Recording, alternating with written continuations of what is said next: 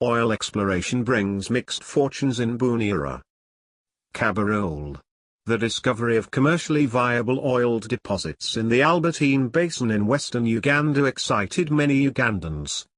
It is estimated that Uganda will earn between $2 billion and $3 billion per year when commercial oil production begins. Government officials, including President Museveni, have promised that the petroleum revenues will be invested in infrastructural projects and social services aimed at uplifting people out of poverty.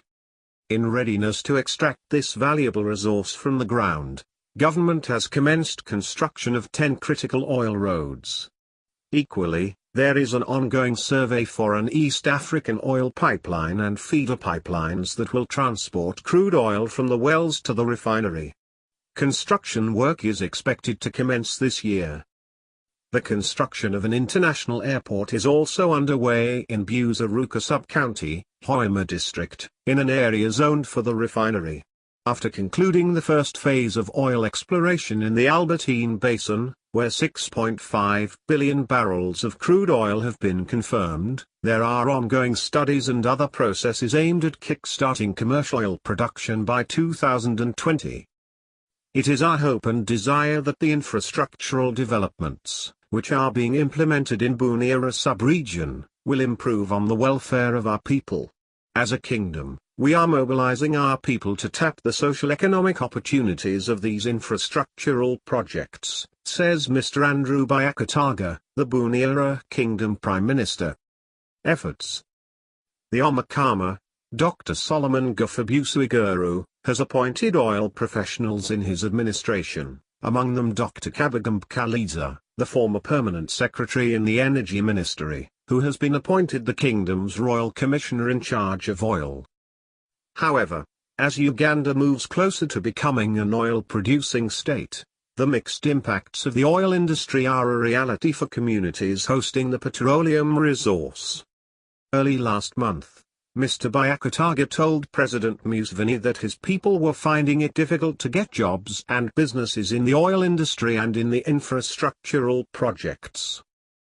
Hoima District Chairman Kaderi Kaironji says the expectations by the local people to get jobs accruing from the oil industry were high since the construction of the airport started.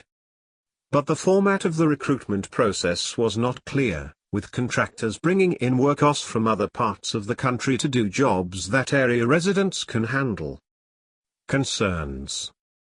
There is a need for locals to benefit from the airport project.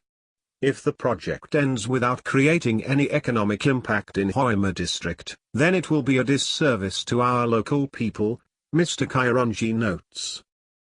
Mr. Francis Kayaligonza, the leader of more than 500 youth, who are pushing for an equal share of jobs at the Hoima airport, in a February 13 letter to the Inspector General of Police, notified companies constructing the airport not to discriminate against the locals when it comes to jobs. It is against the said background that we notify you over the same and request for protection in terms of security personnel during the intended demonstration scheduled for February 20, starting at 9 a.m. at Hoima Boma ground. Mr. Kayaligonza's letter read in part.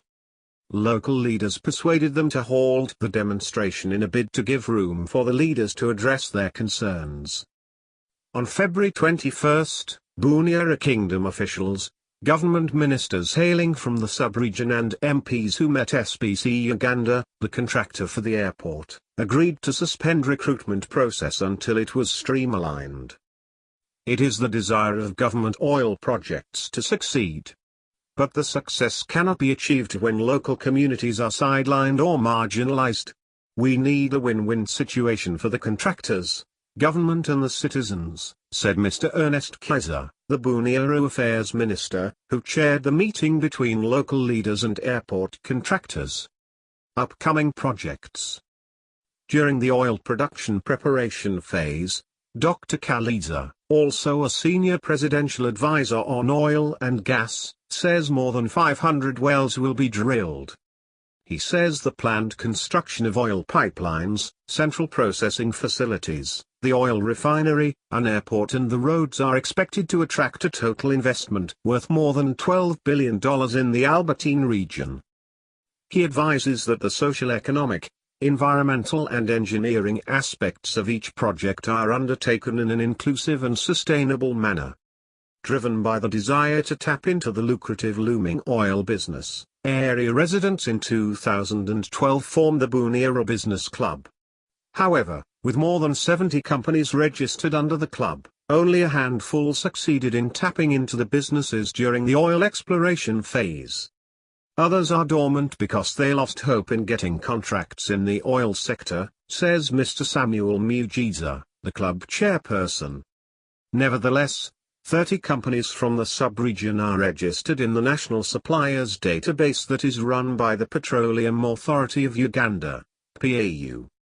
Mr. Mujiza hopes that with the upcoming commercial oil production, the petrol dollars will increase in the pockets of the communities hosting the oil resource. Government speaks out.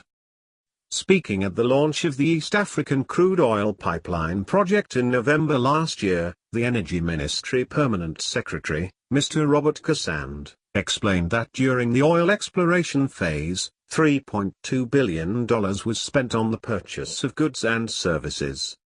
He added that of this, about $900 million was spent on contracts to local suppliers. In the next 3 years, we expect expenditure of not less than $15 billion during the oil development stage. Government is doing all it can to sensitize our people, build their capacities so that if only 40% of the contracts are given to Ugandans, they will earn about $6 billion, Mr. Cassand said. Industries, warehouses and new service providers have since mushroomed in the sub-region. The value of land has also appreciated, leading to more than land conflicts and controversial land evictions.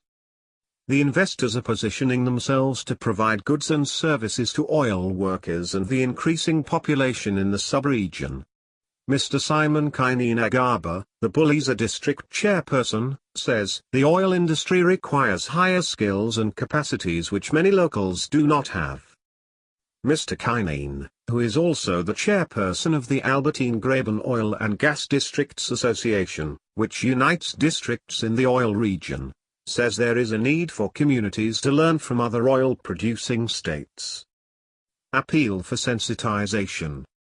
The Buliza District Community Development Officer, Mr. Bernard Barugahara, adds that more sensitization is required for communities on matters of financial management. He says when oil companies compensated families whose properties were affected during the oil exploration phase, some beneficiaries became wild. Some men abandoned their children and opted to marry new wives. People are repeating the same mistakes. There are people washing their motorcycles with beer. Others are hiring bouncers and prostitutes have come into the district. We need to mitigate these social challenges, Mr. Barugahara says.